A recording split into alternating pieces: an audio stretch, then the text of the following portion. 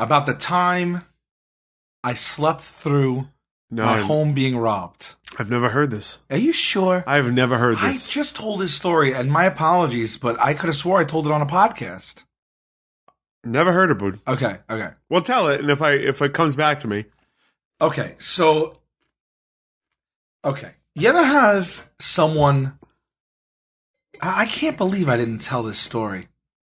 If I did, I apologize. But anyway, you ever have someone bestow responsibility onto you that you didn't want and didn't ask? Oh, it happens all the time. You have no choice. Sure. Especially if it's in a moment where it's like, oh, hey, Dad, do this for me or whatever, blah, blah. Right. And it's just, first of all, it's like way too much responsibility. Sure.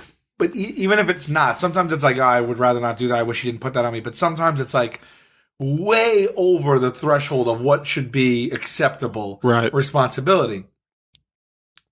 I used to work nights. I used to bartend. I used to go home 5, 6 in the morning. Right? Right. So I used to go home 5, 6 in the morning, have something to eat, get to bed 6, 7 in the morning.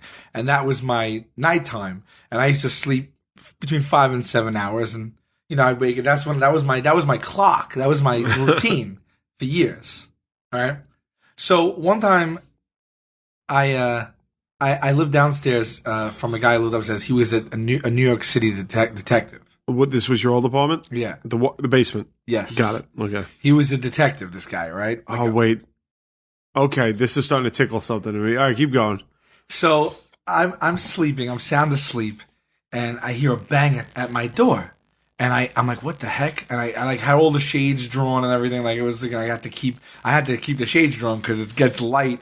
It gets light when I get home. Does this story get absurd? Like there's an absurd exchange at one point, right? Yeah. Yeah, okay, all right. I think I've heard this before. Oh, do you think I said it on the podcast? No. I know you haven't said it on the podcast. I haven't heard this story in years. I haven't heard this story in 10 years. I jump up completely flustered, half asleep, and I run to the door in my pajamas. I'm in a pajama pants, a t-shirt. I'm barefoot, right?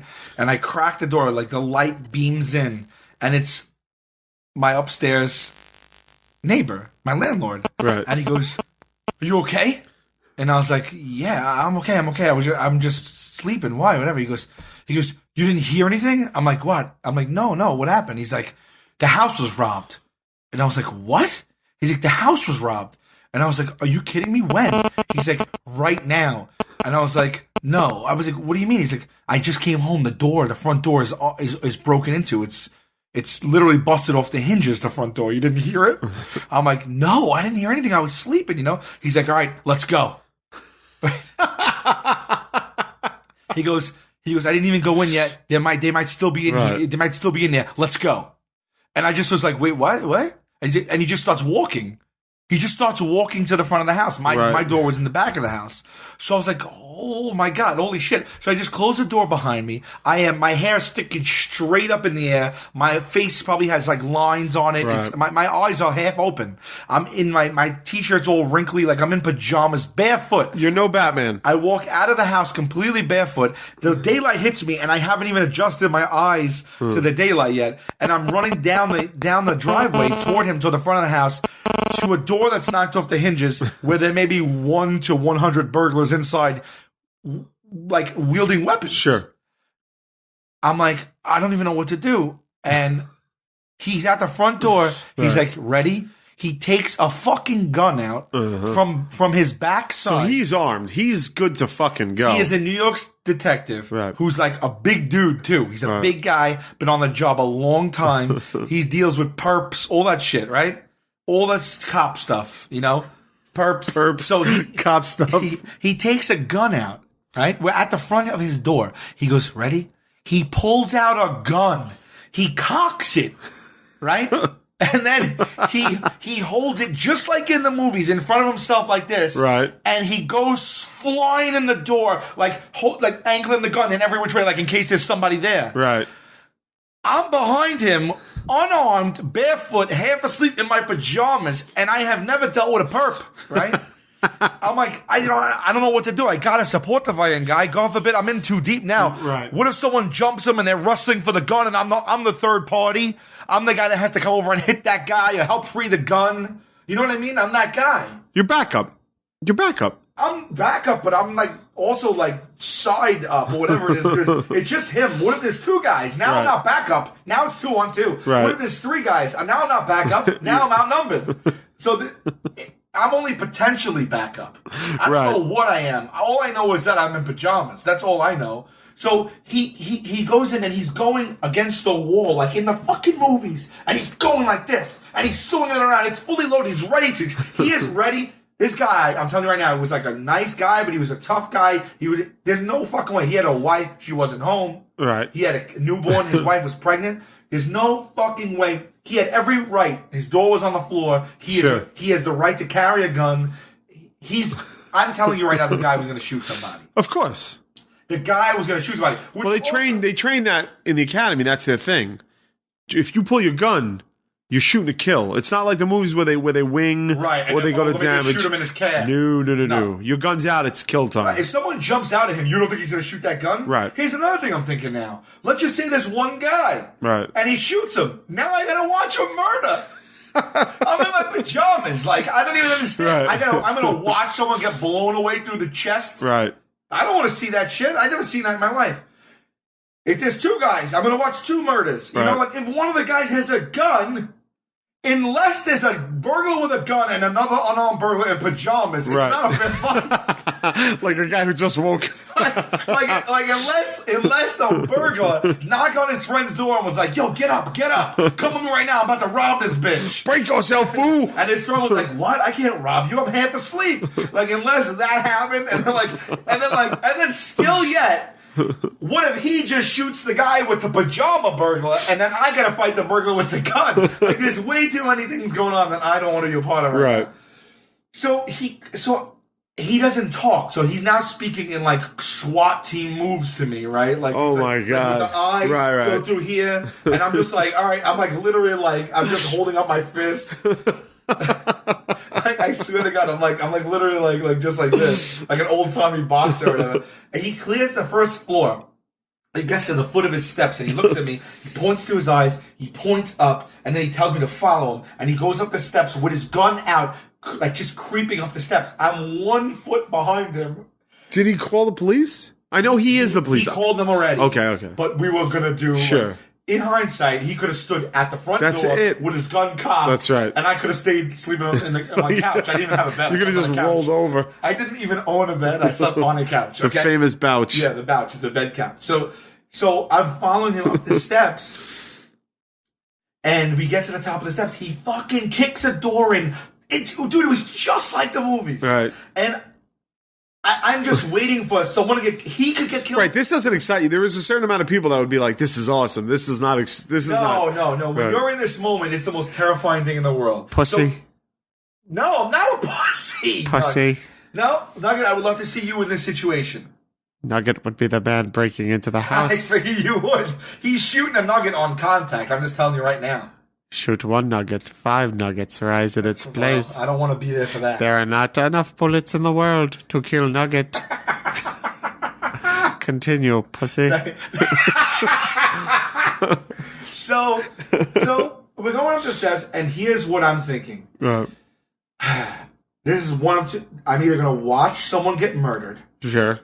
I'm going to watch my friend get murdered. Right. We both are going to get murdered. If a guy, let's say, you got to finish your sentence. I don't want to cut you off. I'm walking up the steps, and in if a machete comes out in 15 steps, this is what's going to happen. I'm going to watch him murder 1 to 10 people. Uh-huh. I'm going to watch 1 to 10 people murder him. I'm going to watch 1 to 10 people murder him, then me. Right. I'm just gonna die. Everyone else is gonna be fine. Like the guy's gonna get away with like a sweet stereo system, and somehow no one's gonna get hurt except for me. Like anything, and then I'm gonna get found in my fucking pajamas. They weren't even my best pajamas. And so he goes upstairs. He kicks the door and he swings the gun around and he checks every room. I'm right behind him, and he's like, "All right, they're not here." Like this guy used to do dip. You know? Right. He's like, all right, they're not here. I'm telling you, he used to do that. Right, got it. So he's like, oh, they're not here. And I was like, oh, shit. Like, as we go back downstairs, I'm fucking hyperventilating. Mm-hmm. And he's like cracking jokes. He's like, that fucker's lucky, you know? Go like fucking NYPD Blue and shit. And then the cops all screech and run out of the car toward the door. Sure. This is absolutely one of their own. They announce that on the radio when they say this, like, right. They run up and they like literally charge toward me. And they're just like, who are you? What's going on? And I'm like, no. He's with me, blah, blah, blah. And they're like, all right, what's going on? They start running up with even though he did it all already. Sure. They go look around and everything. And then, of course, they ask him a couple of questions. And then out of nowhere, I become the number one suspect. Really? Yeah, because I was home. And he wasn't home. So they're like, well, not like we know you did it. Sure, they're not turning on a light in your eyes. No, but all of a sudden, they're just like, well, let's ask him a few more questions. Sure. And again, I've now been up for like, 100 seconds? I don't even know, like a few hundred seconds, you know? So the door was busted off the fucking hinges. So the cops, like, you know, they're like, their radios are going off. They all like form a semicircle around me and they're like, what happened? Right. You were the only one here. What happened?